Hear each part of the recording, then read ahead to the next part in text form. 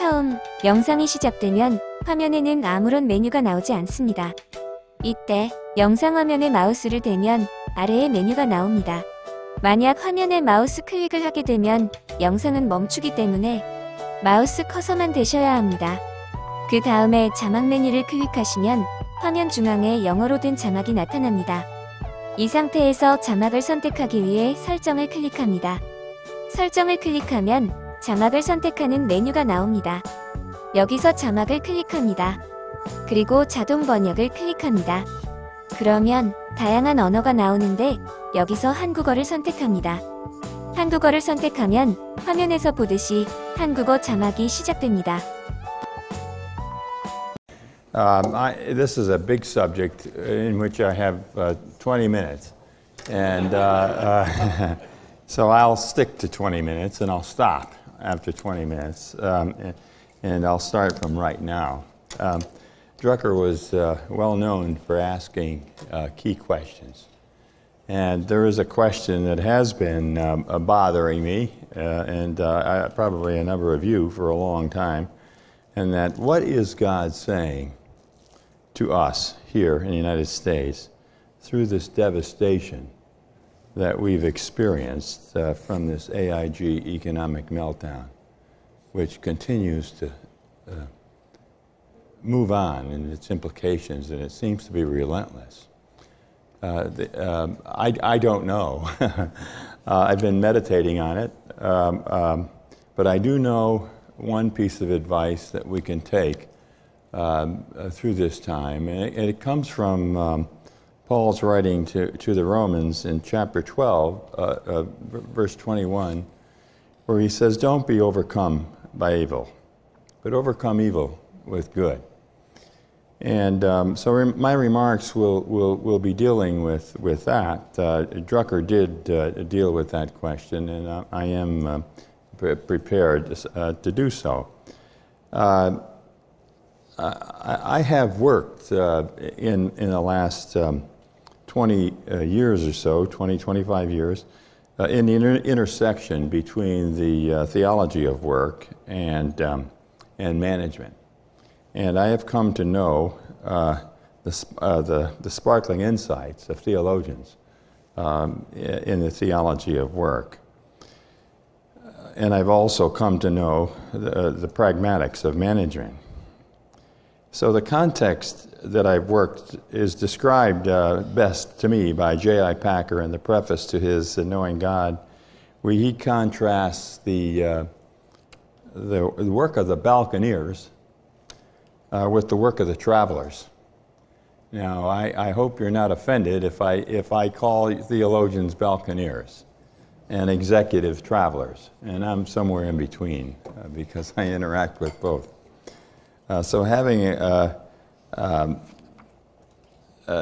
travelers are engaged in what I think Hermann Hesse best described as the polluted, vulgar, turbulent, strife-torn, money-grubbing world.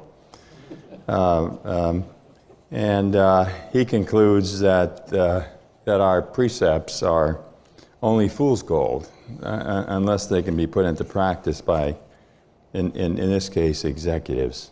I've been influenced by a number of people in this room, also by Miroslav Volf in his book, Work in the Spirit, toward a theology of work, where he tries to contrast the role of the theologian with the role of the social scientist, the economist, the management professor.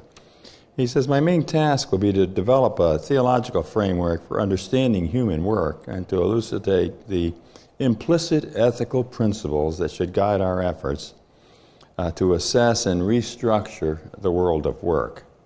For lack of space and so on, I've chosen to refrain from making proposals about how these ethical principles should be translated into concrete policies. This complex task, I take it to be the creative assignment of the Christian economist and the social scientists, to be carried out in dialogue with theologians." I like that very much, and that's, I think, what we're doing here this weekend. So that leads me to my work with Peter Drucker, who for much of his life really tried to bridge the work of the executive with the norm, or what ought to be. And as best I know of the kingdom of God at work, that is what his norm was. Okay? I know that's a bold statement. And I often asked him how he could do so much consulting. And his answer was he tried to ease the transition. Drucker was quick to see the strengths in people, and one of his great lessons for us is to build on strengths while minimizing the impact of weaknesses. But he held a deep concern about the lust for power among executives of society's institutions. So that's the little area that I'd like to focus on, the huge area actually, but that little piece that I can focus on today. We know from Scripture that we know that the lust for power was one of the three weapons Satan used against Christ. In Matthew 4, verse 8, again the devil took him to a very high mountain and showed him all the kingdoms of the world and their splendor. All this I'll give to you, he said, if you'll bow down and worship me. Jesus said to him, away from me, Satan, for it is written, worship the Lord your God and serve him only. Then the devil left him, and the angels came and attended to him. This third temptation is where Satan tempts Jesus by the lust for power. Worship me, and I'll give you enormous power, perhaps for a little while, over these kingdoms. A very distinguished management scholar who didn't know how wrong she was criticized Drucker by writing, there's no evil in the world Drucker shows us. To which Drucker responded, I started out teaching religion.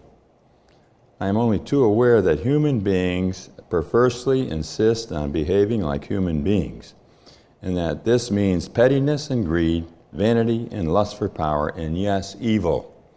After all, my first book was on the rise of Nazism. He knew it up front, close.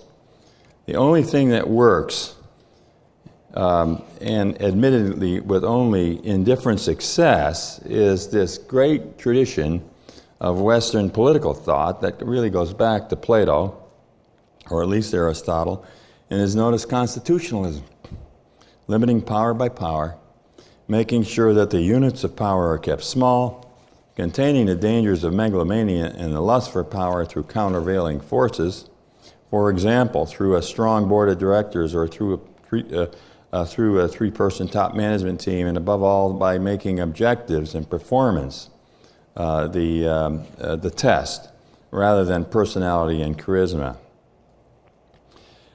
Drucker then goes on to say, what I've been trying to do is to first develop the norm, what ought to be, and then the constitutional principles that enable the well-meaning and virtuous to achieve it. And that will at least slow down and impede the corrupt and the vicious. That's what he was about. So he spent 70 years, long working life, right up to 2 weeks before his death, focusing on how to create societies that function. Talking to one of your distinguished theologians from Armenia, that is not easy. He was not trying to create an optimal society. He was trying to create one that was bearable and hopeful.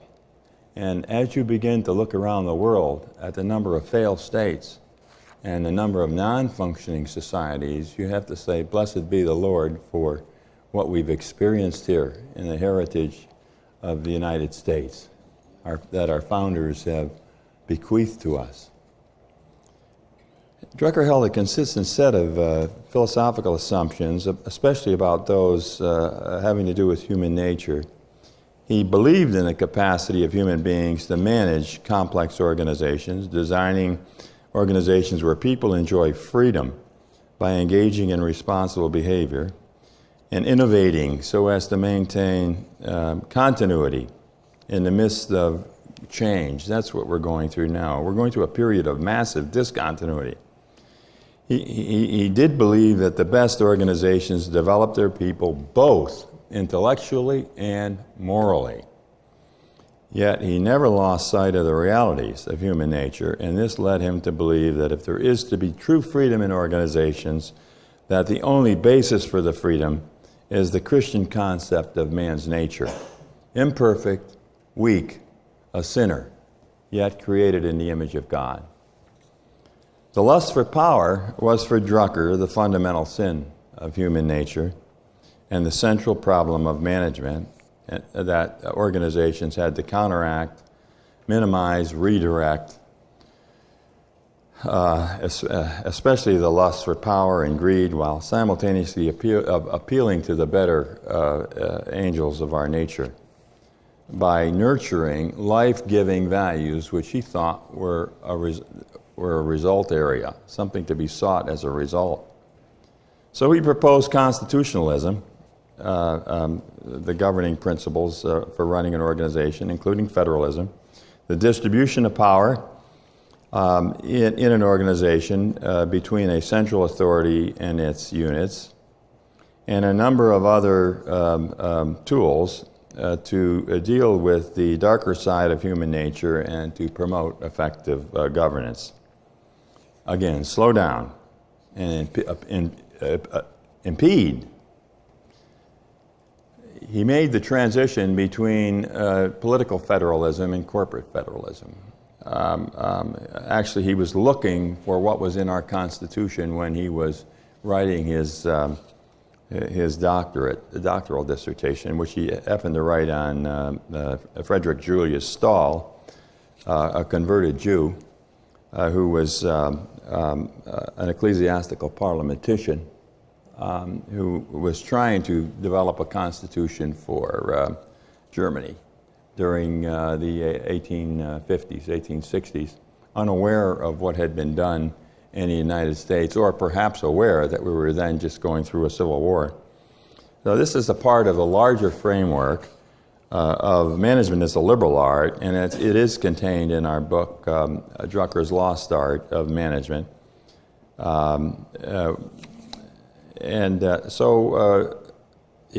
are just some of the principles he took from our founding fathers that he incorporated into his management. One, the founders' notion of the need for a virtuous society, Republican virtue, small r. It's directly connected to his norm for virtue or integrity in leadership. Integrity in leadership was what he called the touchstone, or the essence. That's the virtuous. The virtuous leader, one who assumes responsibility as a debt or as a duty, not as rank and privilege.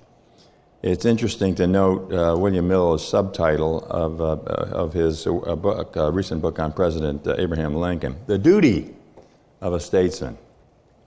A virtuous leader uses merit as consistent with political realities as the basis for making appointments and carrying out other executive functions.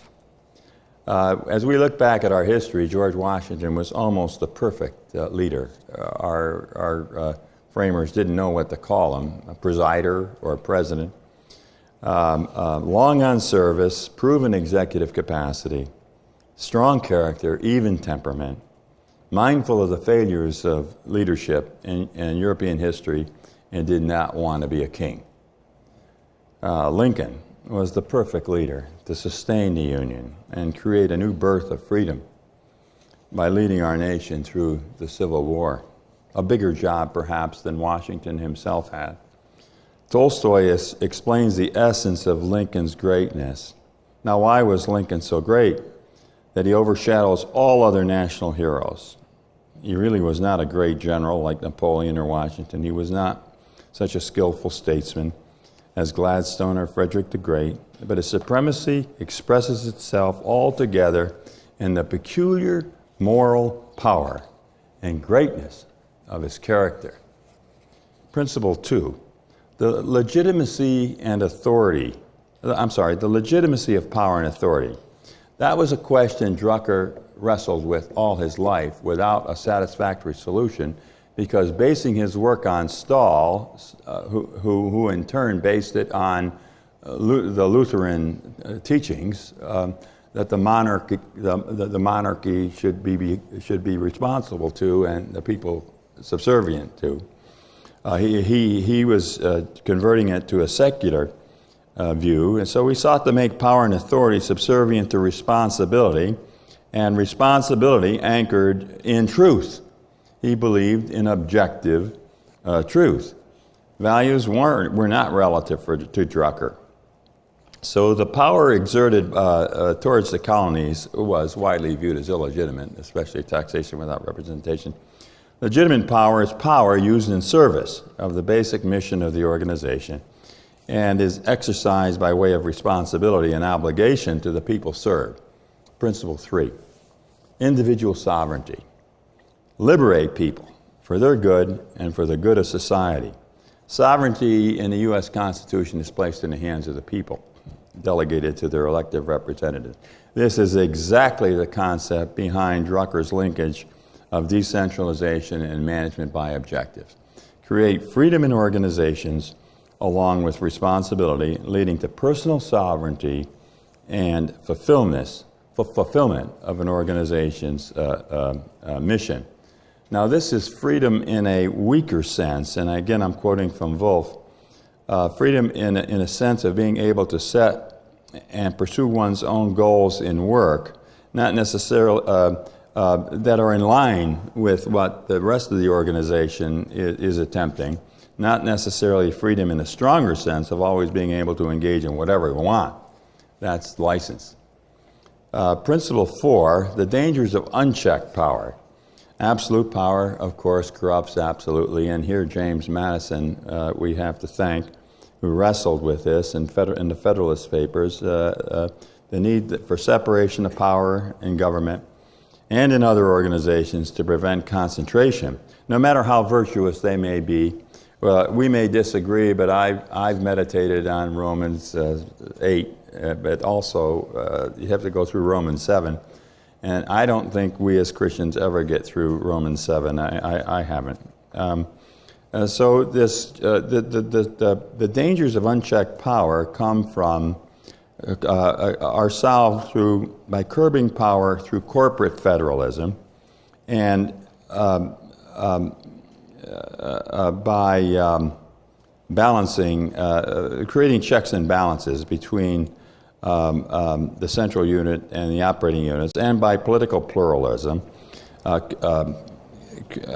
both within government, executive, legislative, and judicial, and outside of government, and the private, public, and social sectors. My time is running short, so I'm going to just summarize these basic ideas. Strive for virtue in leadership, strive for legitimacy of power, try to create sovereignty or freedom in the individual, but without license, freedom and responsibility, and separate power, check power with power. Drucker went on to show how this all worked out in corporations, and his life's work, major life's work in organizations, started with General Motors, and he shows it there.